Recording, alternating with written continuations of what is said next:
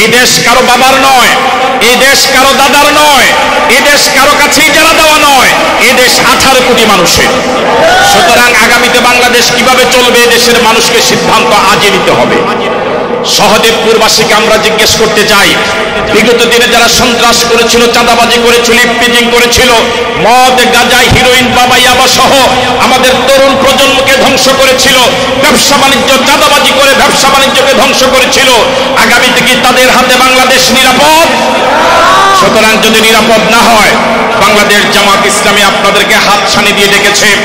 বিগত দিনে বাংলাদেশ জামাত ইসলামীর 2 জন মন্ত্রী ছিল, 18 জন এমপি ছিল, 1000-এর উপরে মেম্বার ছিল, 5 শতাধিক চেয়ারম্যান ছিল, 2 শতাধিক ভাইস চেয়ারম্যান ছিল, 37 জন উপজেলা চেয়ারম্যান ছিল। একজন এই দায়িত্বশীলদের ব্যাপারে গোটা বাংলাদেশ, গোটা পৃথিবী তদন্ত করে 1 টাকা দুর্নীতি পায় নাই। বাংলাদেশ স্বাধীন হয়েছে 53 বছর পার হতে চলল। এই 53 বছর যারা শাসন করেছে, শাসন করার আগে স্লোগান দিয়েছিল গরিবের বন্ধু, জনদরদি, কিন্তু ক্ষমতা যাওয়ার পরেই তারা হয়ে গেল গরিবের শত্রু। কথা কি আপনারা আমার এই কথার সাথে কি একমত? এই 53 বছর যারা দেশ শাসন করেছে, 53 বছরে তারা দেশের মানুষের ভাগ্য পরিবর্তন করতে পারেনি, কিন্তু তাদের ভাগ্যের ঠিকই পরিবর্তন তারা করেছে। এই 53 বছরে যারা ক্ষমতায় ছিল, ক্ষমতায় যাওয়ার পরেই তারা জনগণের শত্রুতে পরিণত হয়ে জনগণের বিরুদ্ধে অত্যাচার এবং জুলুম নির্যাতন চালিয়েছিল, আর জনগণ তাদের বিরুদ্ধে একটি সময় আন্দোলন করে কাটিয়েছে। এই 53 বছর ঠিক এভাবে কেটেছে। শাসকেরা জনগণের বিরুদ্ধে আন্দোলন করেছে, জনগণ শাসকের বিরুদ্ধে আন্দোলন করেছে, কিন্তু এই 53টি বছর এই দেশকে একটি উন্নত রাষ্ট্র বানাবার জন্য, সুখী সমৃদ্ধ রাষ্ট্র বানাবার জন্য, ইনসাফ ভিত্তিক রাষ্ট্র বানাবার জন্য এই দেশের মানুষ এখনো চিন্তা করার সময় পায়নি, বরং জালেমদের বিরুদ্ধে আন্দোলন করে করেই 53 বছর পার করা লেগেছে। এই অবস্থাকে সামনে চলতে দেওয়া যায়? সকলে বলেন, এই অবস্থাকে সামনে চলতে দেওয়া যায়? হেন কোনো জুলুম নাই যারা এই দেশে তারা করেনি। এই দেশের মানুষ শিক্ষা ব্যবস্থাকে তারা ধ্বংস করেছে। শিক্ষা ব্যবস্থাকে ধ্বংস করে অটো সিস্টেম পাশের ব্যবস্থা করে একটা সময় যারা ফেল করেছিল তারা লজ্জা, আত্মীয় স্বজন আপনজনদের কাছে মুখ দেখাতে লজ্জা পেত, কিন্তু বর্তমানে এই আধুনিক যুগে, ডিজিটাল যুগে যারা ফেল করে তারা পাশ করার জন্য আন্দোলন করে। শিক্ষা ব্যবস্থাকে এইভাবে তারা ধ্বংস করেছে। এখন কিশোর গ্যাং সৃষ্টি হয়ে প্রত্যেকটি এলাকায় মানুষের জন্য ত্রাসের কারণ হয়ে তারা দাঁড়িয়েছে। সম্মানিত দিনী ভাইয়েরা, সম্মানিত কর্মী ভাইয়েরা, সম্মানিত ইউনিয়নবাসী, গোটা দেশটাকে তারা এইভাবে তারা ধ্বংস করেছে। তারা নির্বাচনী ব্যবস্থাকে ধ্বংস করে রাতের ভোট, দিনের ভোট রাতে নেওয়ার ব্যবস্থা করেছে। 154 জন এমপি প্রার্থীকে তারা বিনা প্রতিদ্বন্দ্বিতা, বিনা ভোটে নির্বাচন ঘোষণা করেছিল। একটা সময় আমাদের বাংলাদেশে রাজনৈতিক পরিবেশটা এত সুন্দর ছিল, যেই দলই করুক সকল দলের লোকদের সাথে একটা হৃদ্যতাপূর্ণ সম্পর্ক ছিল। হাটে বাজারে গেলে এক দলের লোক আরেক দল লোককে চা খাওয়াতো। কথাটা কি সঠিক বললাম? যিনি আওয়ামী লীগ করতেন তিনি তার মেয়ের বিয়েতে বিএনপি এবং জামাত ইসলামী সহ অন্যান্য দলের নেতাদেরকে দাওয়াত দিতেন। যিনি বিএনপি করতেন তিনি তার ছেলের বিয়েতে অন্যান্য দলের নেতা কর্মীদেরকে দাওয়াত দিতেন। কিন্তু বিগত 15-16টি বছর এই জালেম শাহীর অত্যাচারে পুরা রাজনৈতিক পরিবেশটাকে ধ্বংস করে আমাদের সেই হৃদ্যতাপূর্ণ পরিবেশ, সামাজিক পরিবেশ, আন্তরিকতাপূর্ণ পরিবেশকে তারা ধ্বংস করে, দাফন করে গোটা দেশটাকে একটা ত্রাসের রাজত্ব তারা কায়েম করেছে। এই দেশ কারো বাবার নয়, এই দেশ কারো দাদার নয়, এই দেশ কারো কাছে ইজারা দেওয়া নয়, এই দেশ 18 কোটি মানুষের। সুতরাং আগামীতে বাংলাদেশ কিভাবে চলবে দেশের মানুষকে সিদ্ধান্ত আজই নিতে হবে। সহদেবপুরবাসীকে আমরা জিজ্ঞেস করতে চাই, বিগত দিনে যারা সন্ত্রাস করেছিল, চাঁদাবাজি করেছিল, ইফটিজিং করেছিল, মদ গাঁজা হিরোইন বাবা ইয়াবা সহ আমাদের তরুণ প্রজন্মকে ধ্বংস করেছিল, ব্যবসা বাণিজ্য চাঁদাবাজি করে ব্যবসা বাণিজ্যকে ধ্বংস করেছিল, আগামীতে কি তাদের হাতে বাংলাদেশ নিরাপদ? সুতরাং যদি নিরাপদ না হয়, বাংলাদেশ জামাত ইসলামী আপনাদেরকে হাত ছানি দিয়ে ডেকেছে। বিগত দিনে বাংলাদেশ জামাত ইসলামীর 2 জন মন্ত্রী ছিল, 18 জন এমপি ছিল, 1000-এর উপরে মেম্বার ছিল, 5 শতাধিক চেয়ারম্যান ছিল, 2 শতাধিক ভাইস চেয়ারম্যান ছিল, 37 জন উপজেলা চেয়ারম্যান ছিল। একজন এই দায়িত্বশীলদের ব্যাপারে গোটা বাংলাদেশ, গোটা পৃথিবী তদন্ত করে 1 টাকা দুর্নীতি পায় নাই।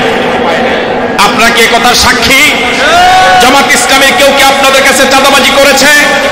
বিগত আওয়ামী অত্যাচারে জামাত ইসলামী ঘরে ঘুমাতে পারে নাই, বাড়িতে থাকতে পারে নাই, ব্যবসা বাণিজ্য ঠিক মতো করতে পারেনি, কিন্তু এরপরেও জামাত ইসলামী কারো প্রতি অন্যায় করেনি, কারো মাথায় বাড়ি দেয়নি, কারো কাছ থেকে টাকা নিয়ে টাকা ফেরত দেয়নি, এরকম ঘটনা নেই।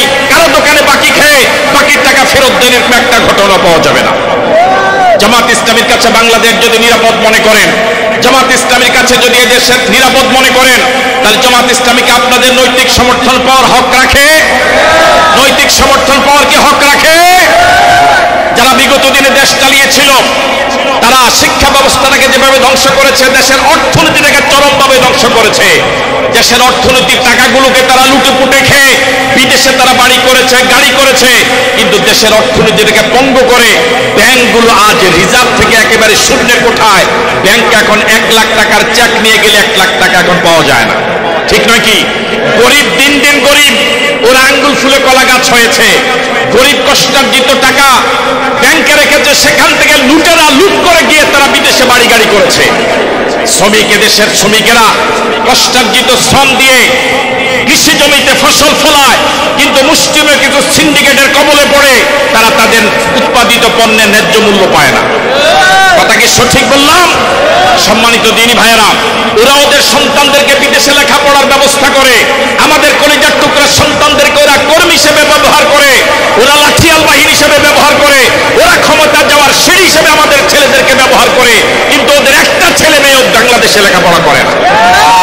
ওরা ওদের ছেলে মেয়েদেরকে নিয়ে রাজনীতি করে না, কিন্তু আমাদের গরিব সন্তানদেরকে রাজনীতি করে, আমাদের সন্তানদের জীবন ধ্বংস করে, ওদের হাতে অস্ত্র তুলে দেয়, ওদের হাতে মদ তুলে দেয়, ওদের হাতে মাদক তুলে দেয়। ওরা কি আমাদের দেশের বন্ধুরা শত্রু? আমাদের চিকিৎসা ব্যবস্থায় দেশের 18 কোটি মানুষ প্রত্যেকে পাওয়ার অধিকার রাখে, ওরা এই দেশে চিকিৎসা নেয় না। অসুস্থ হলে পরে ওরা চিকিৎসা নেয় বাহির দেশে, কিন্তু আমাদের গরিব দেশের, এই দেশের জনগণ অসুস্থ হলে পরে সরকারি ব্যবস্থাপনা চিকিৎসার ব্যবস্থা পায় না। বিগত দিনে জামাত ইসলামী আপনাদের কাছে আসার সুযোগ পাইনি, আমরা আপনাদের কাছে আসার সুযোগ পাইনি, আমাদেরকে আপনাদের কাছে আসতে দেয়নি, আপনাদেরকে আমাদের কাছে আসতে দেয়নি। আল্লাহ পাকের খাস মেহেরবানিতে 2000-এর উপরে জীবনের বিনিময়ে, 22,000 উপরে আহত হওয়ার বিনিময়ে আল্লাহ পাকে মুক্ত পরিবেশ করে দেওয়ার কারণে আমরা আপনাদের কাছে আসার সুযোগ পাচ্ছি, আপনারা আমাদের কাছে আসার সুযোগ পাচ্ছেন। আজকের এই সমাবেশ প্রমাণ করে সহদেবপুরে বিগত দিনে জামাত ইসলামী যে পরিমাণ কাজ করেছে, ওভাবে কাজ করার সুযোগ না পাওয়ার কারণে আপনাদের প্রত্যেকের ঘরে ঘরে সহদেবপুরের দায়িত্বশীল ভাইয়েরা যেতে পারেনি, দাওয়াতি কাজ করতে পারেনি, কিন্তু আজকের কর্মী সম্মেলনে আপনাদের কানে কানে পৌঁছে দেওয়ার কারণে আপনারা যেভাবে দলমত নির্বিশেষে আলেম ওলামা, পীর মাশায়েখের মুরিদেরা, বিধর্মীরা, বাজারের ব্যবসায়ীরা, তরুণেরা, যুবকেরা, ছাত্ররা, বুদ্ধিজীবীরা, বৃদ্ধরা যেভাবে ছুটে এসেছেন, ইনশাআল্লাহ আগামীতে 5 নং সহদেবপুর ইউনিয়ন জামাত ইসলামের দুর্গ ঘাঁটিতে পরিণত হবে ইনশাআল্লাহ। আমরা আজকে সিদ্ধান্ত নেব, বিগত 53 বছর যারা বাংলাদেশকে শাসন করেছে, নিজের ভাগ্যের পরিবর্তন করেছে, জনগণের ভাগ্যের যারা পরিবর্তন করতে পারেনি, আমরা বাংলাদেশের শাসন ক্ষমতা তাদেরকে দেখতে চাই না। আমরা গরিব মানুষের পক্ষে আছি, ভালো মানুষের পক্ষে আছি, ভালো মানুষের পক্ষে থাকার জন্য উদাত্ত আহ্বান আপনাদেরকে জানাচ্ছি।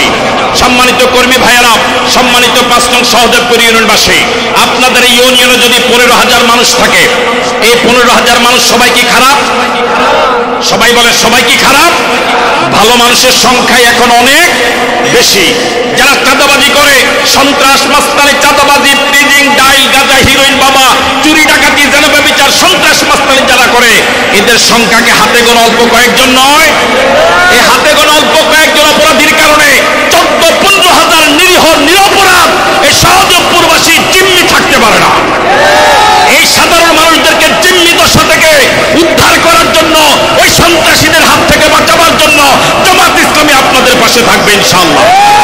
সুতরাং কোন চাঁদাবাজকে আর প্রশ্রয় দেওয়া যাবে না, কোন সন্ত্রাসীকে কথা বলার অধিকার দেওয়া যাবে না।